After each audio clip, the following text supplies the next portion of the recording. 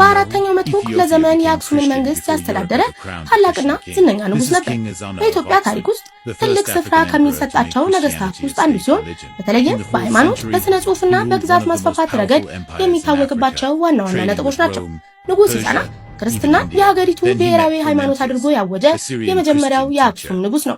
በሳልሳዊው መቶ ክፍለ ዘመን አጋማሽ አካባቢ አባ ሰላማ ከሳቴ ብርሃን አማካኝነት ክርስትናን ተቀብሏል።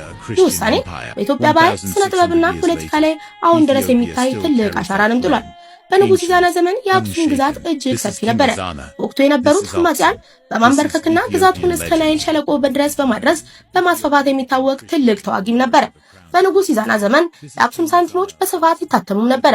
በመጀመሪያዎቹ ሳንቲሞች ላይ የጨረቃና የፀሐይ ምልክቶችን የነበረው ሲሆን ክርስትናን ከተቀበለ በኋላ ግን በሳንቲሞቹ ላይ የመስቀል ምልክት እንዲታተም አድርጓል። ይህም በመላው ዓለም መስቀል ምልክት የታተመ የመጀመሪያው ሳንቲም እንደሆነ ይነገርለታል። ባጭሩ ንጉስ ይዛና የአክሱምን ንግድ በታሪክና በኃይል እንድትታወቅ፣ በሃይማኖትና በወታደራዊ ኃይሎች የገነነች እንድትሆን ያደረገ ድንቅ መሪም ነበረ።